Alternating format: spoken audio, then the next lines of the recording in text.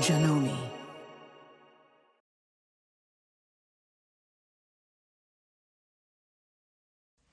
Hi, I'm Joanna of Custom Quilts, and today I'm going to show you how to quilt up a block on the Janome Rainbow Block of the Month. And we're going to be using the Janome Quilt Maker Pro 20-inch long arm. So if you'll grab a couple of marking utensils and some long arm quilting rulers, let's get started. All right, so we're going to be starting out with this block from the Janome Rainbow Block of the Month. And I've already tested my tension and made sure that everything looks nice and neat. You can notice that I have gone ahead and I've marked some of my ruler lines on this block just for ease of use while I'm doing the video, so that I'm not taking a lot of time on marking angles and things like that. And I just use the Janome ditch ruler to do that. Really quick and easy. What I did was I measured and marked the centers of my triangles, and then I portioned off some lines so that I can do some easy ruler work here in just a moment. So the first thing we're going to do is start with stabilizing the block by stitching in the ditch around the sashing and the edge of the block. After that, I'm going to come in and do some ruler work on the colored portions of the block. And once that's completed, I'm going to go ahead and I'm going to be quilting these nice smoky swirls that you've got over here. As you can see on this block, I'm going to be quilting those in the background and the gray fabric. Okay, so let's go ahead and get started. All right, now we are off to the races. So I'm going to go ahead and on my Janome Quilt Maker Pro 20, I'm going to do needle up, needle down to secure my threads. And I can come back later and bury these if I want to, or I can stitch in place a few times to secure my thread. It's really personal preference on what you want to do here. A lot of times I'll bury my threads just so I know they're nice and secure and not going to, you know, rear their ugly heads at me later. Okay, so I'm going to start by stabilizing this block, and I'm doing that by stitching in the ditch all the way around the perimeter.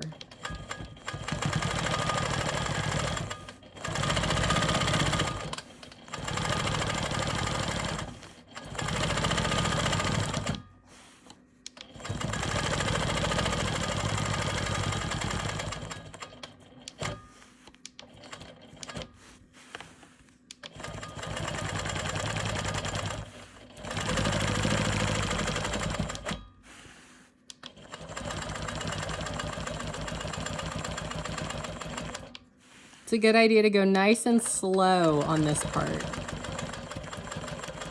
If you rush, it can tend to look a little bit sloppy, so it's always better to take your time.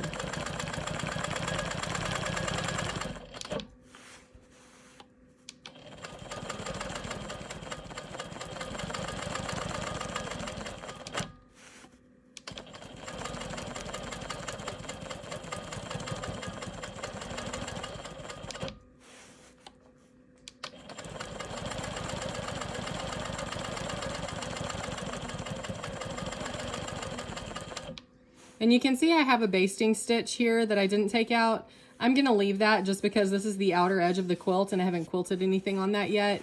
And I'm only going to be stitching over that in two really small places, so it should be super easy to remove later after the fact.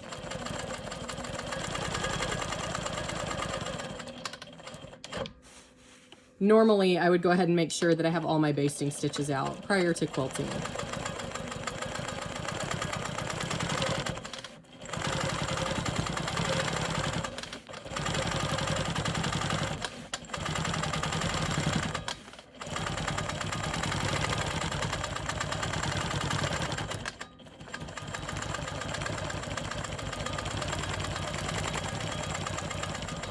Okay, now you can see that I just I backtracked over a portion I had already quilted on.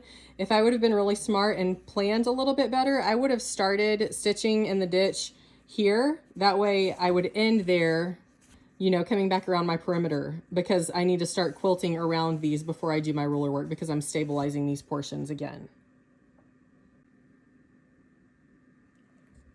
Okay, so I'm going to go ahead and stitch in the ditch around this pink section.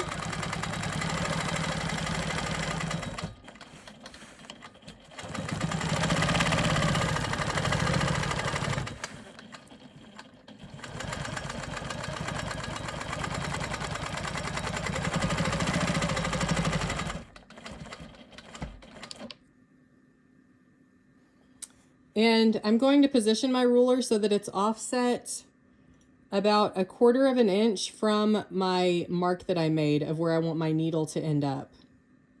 Because my quilting foot is 1/4 of an inch from my needle position. So that's where I need to be measuring if I want my needle to end up here, and I'm using a ruler.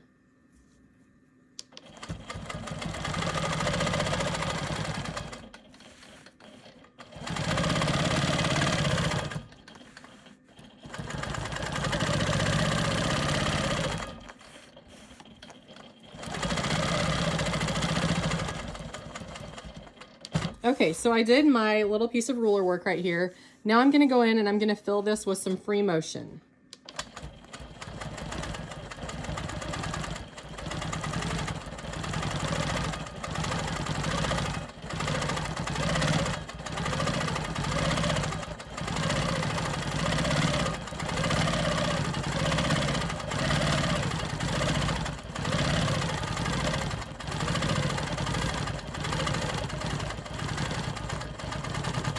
All right, so we did some nice even loops. I'm gonna go ahead and quilt the next portion.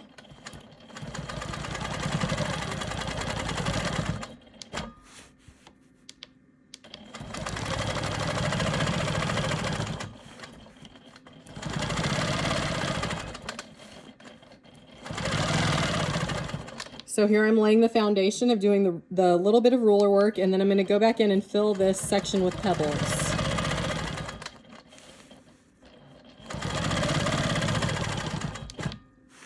And you could easily pick, you know, a different motif to do here. I just like to do pebbles in these little sections because I think they look cool. Some people don't like to do designs that are this small. It's just personal preference and whatever you're most comfortable doing. You could even just leave this blank and just leave the ruler work to shine on its own.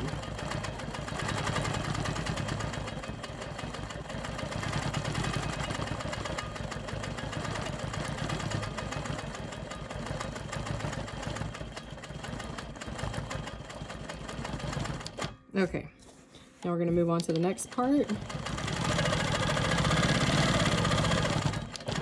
Okay, we're going to stitch in the ditch around this portion. You can see I didn't quite have my ruler lined up, and you can see my stitch line. So I really want to do a better job of taking my time and making sure that I land in that ditch.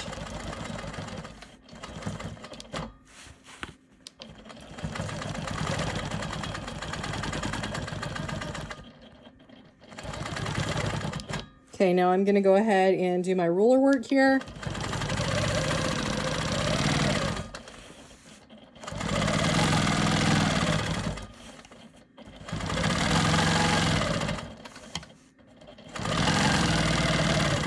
And then now I'm going to do my nice little swirly free motion inside this.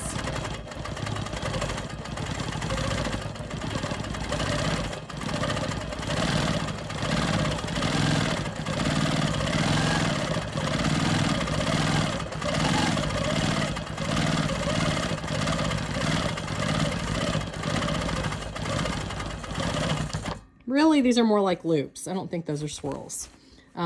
Okay, we're going to go ahead and we're going to repeat this all the way around the block. So on this one, I'm going to be doing the little bit of ruler work and then the pebble fill inside that. Okay.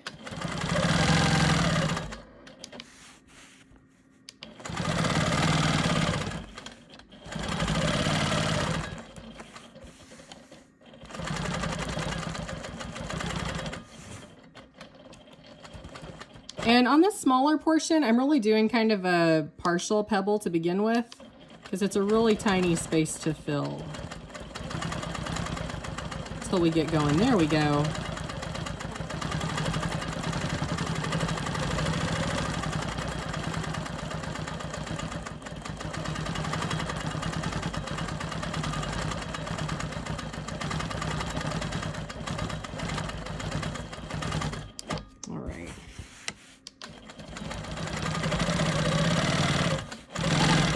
Then we're going to make our way to this next block, and we're going to do the ruler work and then the loops.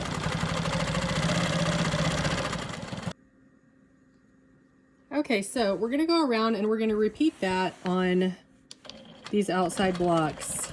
Stitching in the ditch, and then doing the ruler work, and then the free motion fill inside.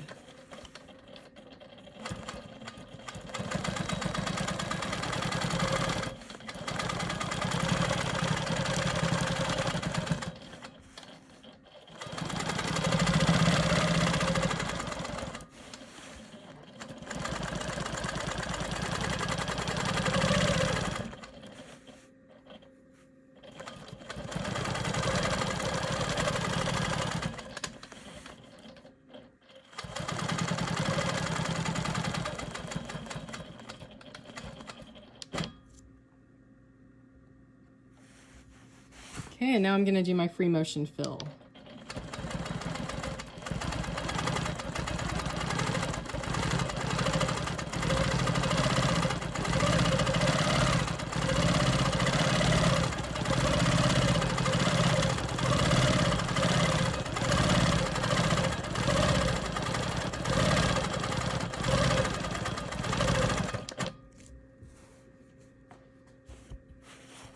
And I'm actually going to come in the center and do these hot pink ones because I haven't done any of those yet. So I'm going to go ahead and outline these.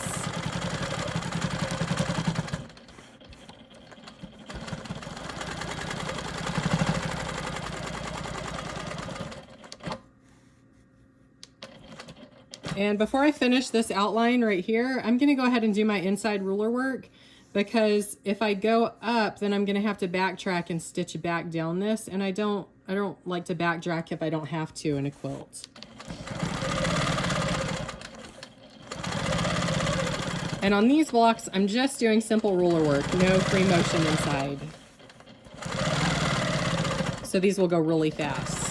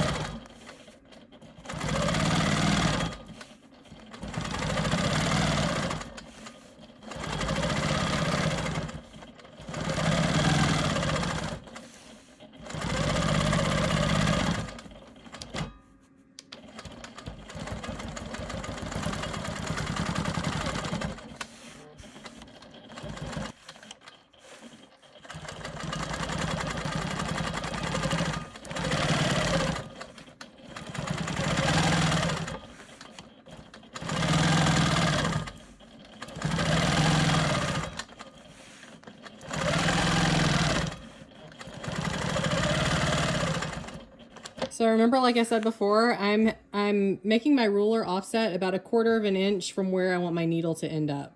So I'm not lining up my ruler with this intersection. I'm offsetting it about 1/4 of an inch over here. So that way my ruler foot will be guided against it and my needle will end up in the exact right position.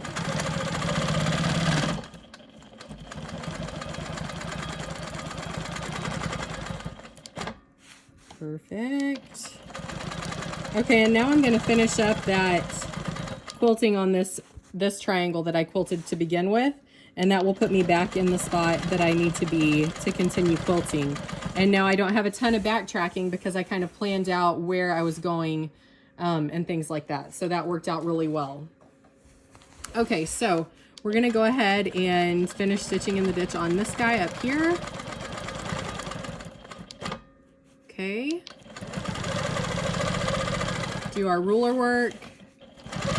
And then this little small triangle is the one that we do the pebbles on inside the fill. So I'm gonna go ahead and do that.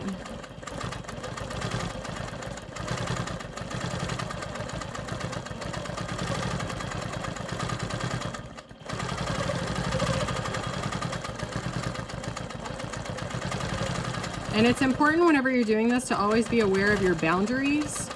So my boundaries are the upper and lower quilting lines, the ruler work that I just quilted. So this is one of my boundaries, and then this is one of my boundaries. So I'm always kind of watching that whenever I am filling those in with pebbles to make sure I'm not going over that boundary line. Okay.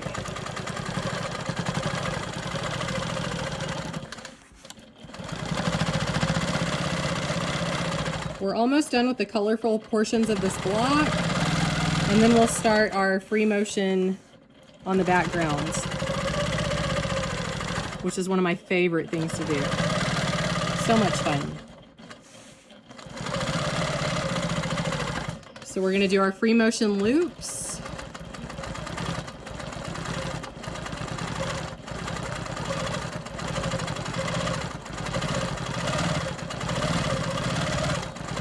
And I always try to make one of the loops end up in the center of that little boomerang that I've quilted. It doesn't always happen, but if you kind of look ahead of where you're quilting, you can kind of make it fall pretty nicely. Okay. Finish up our ditch work by trying to stay in the ditch. There we go.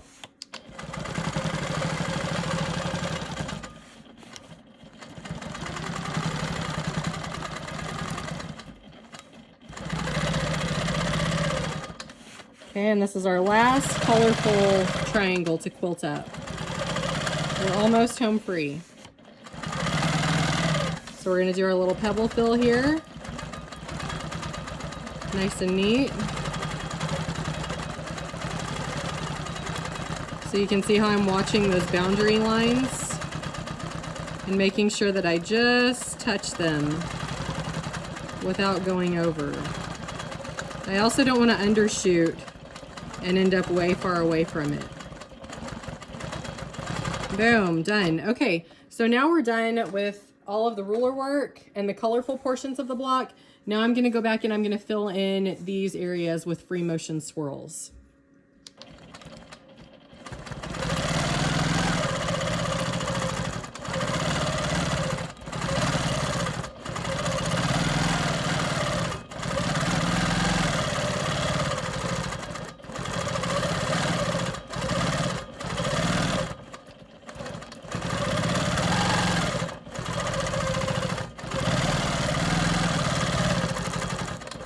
Some of these areas can be a little bit tricky, especially because they are kind of smaller shapes. They're triangles, and this shape is easier to quilt in big, wide open areas.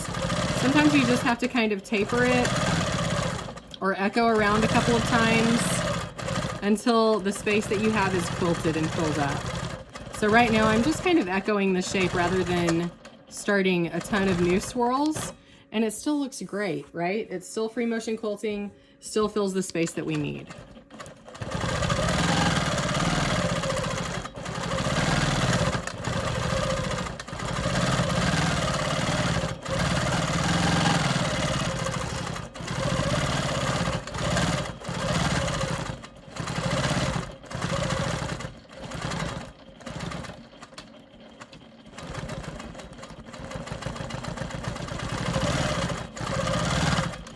And I'm going to echo my way out of this also.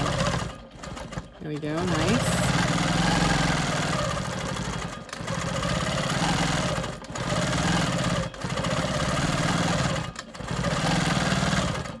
Some more echoes. Echoes are our friends here.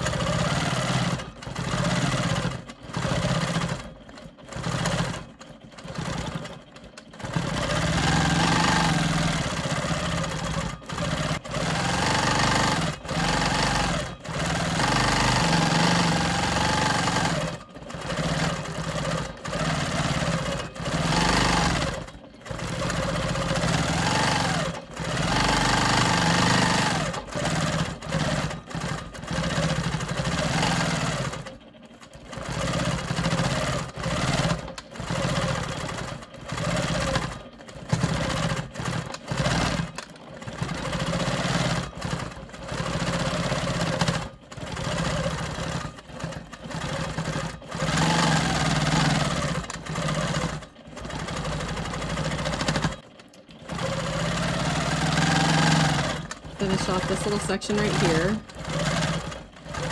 And then we've got one more little triangle right here to quilt, and we're done with this block.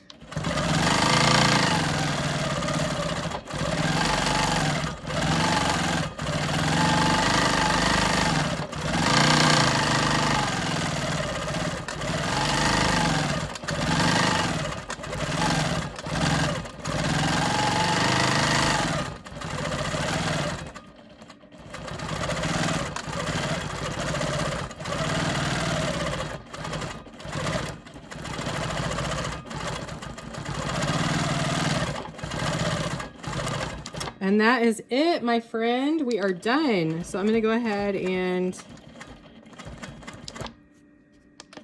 pull up my top and bobbin thread so that I know I have enough to tie off later. Give a little excess there. A little more.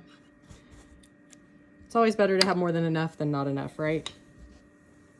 Okay. Oh, this looks really good.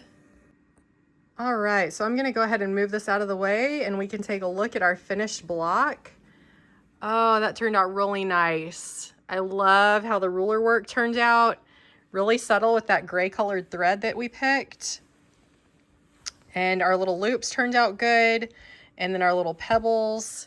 And then our smoky swirls in the background goes along really nicely with the other blocks that we've done. So we are done and ready to start a new block.